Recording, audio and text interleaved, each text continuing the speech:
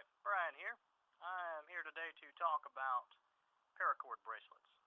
I've been reading about them on forums here recently and watching videos and talking with them about them with guys in my National Guard unit. And I've made several in the past and just wanted to throw out a couple of my thoughts. I'm not going to be doing anything terribly groundbreaking here, but just want to throw some stuff out there. And I was out here working on a bow, and I wanted to take a little bit of a break and shoot y'all some video. Now, give me a second while I place my camera in my wonderful camera holder here. Alright. Now, this is the one that I wear. I made it using instructions from ITS Tactical's YouTube site. I liked his instructions because A, they used the fast text buckle, and B, it's all one continuous piece of paracord. Or at least it was until I added another layer to it. The original bracelet, you can just see that green inside. That was the original bracelet, and it's all made using one continuous piece. A lot of the instructions that I've seen call for, you got an individual piece like this that you get for your wrist. You size it up, and then you lace over the top of it with the cobra stitch. Well, ITS showed a way to do all that with one piece, so you have the longest continual piece of paracord possible. Well, I wanted a little bit more. It was about 8 feet to start with, so I added another 8 feet over the top to turn it into this, which I just dropped, and I'm not going to worry about picking it up. I'll get it later. Alright.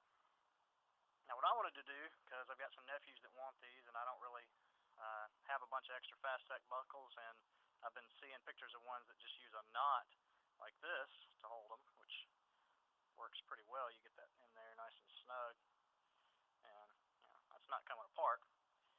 But once again, the instructions called for a looped piece of paracord with a knot on one end that you laced over. I wanted to try to do that with a continual piece of paracord, and I also wanted to make this two-tone piece without doing this. Because once again, every instruction that I could find for a two-tone piece of paracord, you had the loop in the middle, and then you took your two separate colors, which are my green and my black, and you melted them and fused them together to get your two-tone piece to start with. Well, this one here, I started with two separate pieces. I knotted them here, ran them the length, and then I tied them up here so that I've got a loop, and then I started my stitch. I'm going to show you how to do that right about now. I've got another piece prepared right here. You can see, went ahead and tied it here. Now, this is just to get me the longest possible length of this paracord without any kind of splicing or anything like that. If you wanted to make a one color using this method, then all you would do would be to take your paracord and say this is the middle of it. Just go ahead and make your knot here in the very center, and then work off of it from there like I'm about to show you.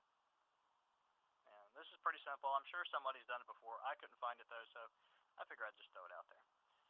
Now, you're going to size it to your wrist and do all that mumbo-jumbo. But once you've got your length that you want, we'll just say we're going to start it right here. That's where you start this knot. Now, that's what we're going to do. We're going to start here with our left side. We're going to take this, and we're going to make a loop with it. Just like this, where it goes over the top. Now, we're going to take our other end.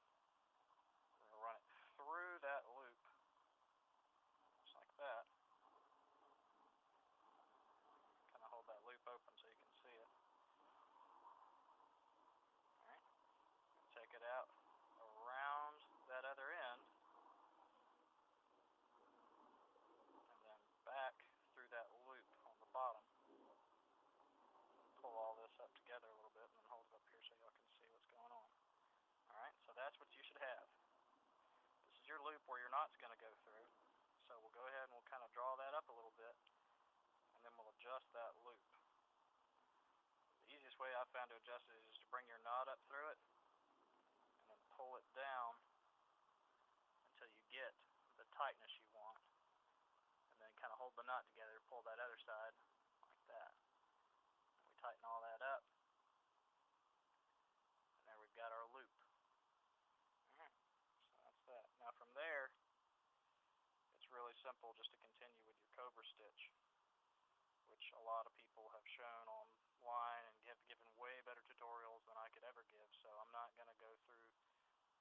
bunch of trouble showing y'all how to do this. I'm just going to throw a couple of stitches in it right quick just to kind of give you an idea. And it kind of locks that loop in place. Alright. So there you go. You've got a loop, your knot, and you're all ready to go. Now, if you're trying to make this and you keep running into the problem that I run into sometimes where you put it around your wrist and you get to the end here and you realize that you didn't make it long enough, it's really simple. Leave you an extra couple inches here. If you get towards the end and you realize you made it too short, just move this knot down your paracord until you get to the length you need. If you made it too long, move your knot the other way and trim off whatever excess you have. Also, if you do that, if you got all that extra to work with, and you get to this point right here and you realize that this loop is still too big or too small, you still have enough slack to be able to take it and pull it and move this and manipulate that loop before you get it really tightened off. So that's that. Hopefully that's something that's useful for any of you. And obviously, if you get enough length, then you could go all the way down with this and then head back up the other way to do the king cobra instead of just the regular cobra stitch. So hope you all enjoyed that. Hope it comes in handy, and I'll talk to you all in the next video.